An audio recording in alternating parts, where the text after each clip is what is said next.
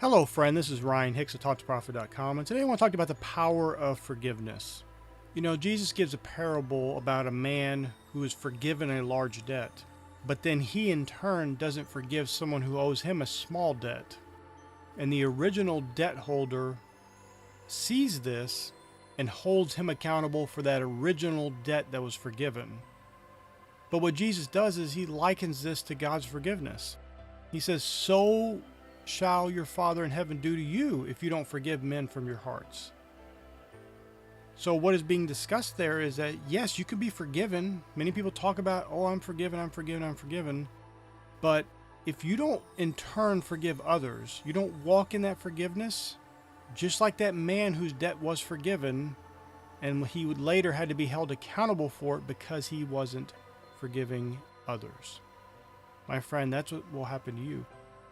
But as far as in this life, right now, when you're not operating in forgiveness, you literally cause yourself illness, disease, misery, everything from migraines to literal diseases like cancer are caused, not always of course, but in many cases caused because of unforgiveness, because people are going years, decades, their entire lives not forgiving people. Now, many people think they've forgiven because they've done all the religious stuff and they tell themselves, oh, I've forgiven everybody in my past. But here's a way you can know whether you're really forgiven. Think back on that thing that you needed to forgive someone of.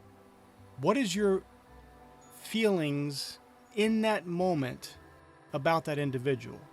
Is it love? Is it grace? Is it compassion? Or do you still have that feeling of weariness, of anger, of fretting, of anxiousness, those butterflies in your stomach about that event that you supposedly forgave someone of? Do you bring it up? If you're bringing up things in the past, and I'm not talking about someone is repeating a pattern and you're warning someone about that, that's not the case for most people. Most people are just bringing up bad things because they haven't forgiven the individual, and so they constantly keep bringing it up. Even if you're not constantly bringing it up, if you still bring it up every now and then you haven't forgiven. It doesn't matter what you claim.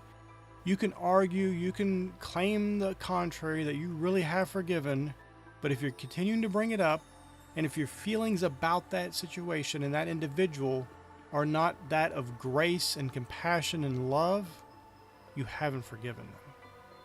This isn't about the other person. This is about you. This is about how you live, how you choose to believe, how you choose to act, how you choose to feel. There is no good coming to you harboring unforgiveness. There's no benefit to it. All it does is keeps you where you are, and in most cases drags you down. Not just physically, but mentally and spiritually. It is not a thing that you want to be operating in. This does not mean what the other person may have done to you is good. It doesn't mean they're good. It has nothing to do with any of that. It has to do with you being forgiving and merciful, even as your Father in heaven is forgiving and merciful to you. Let every day when you wake up, your mercy is renewed, like your Father in heaven. Be like him, imitate him, do the things he does. Be merciful, be gracious, be compassionate. And you will find an infinite amount of mercy and grace and compassion coming towards you. And for many people who are having issues either financially, and relationships, and business, whatever it may be, you may find some of those issues disappear because they were an outward manifestation of that inward unforgiveness you had. So I want to encourage you today to think about this, to really meditate on this. Is there something that is controlling your life, something you're not forgiving someone of, that is ruling you? It controls your emotions. It controls how you feel about someone.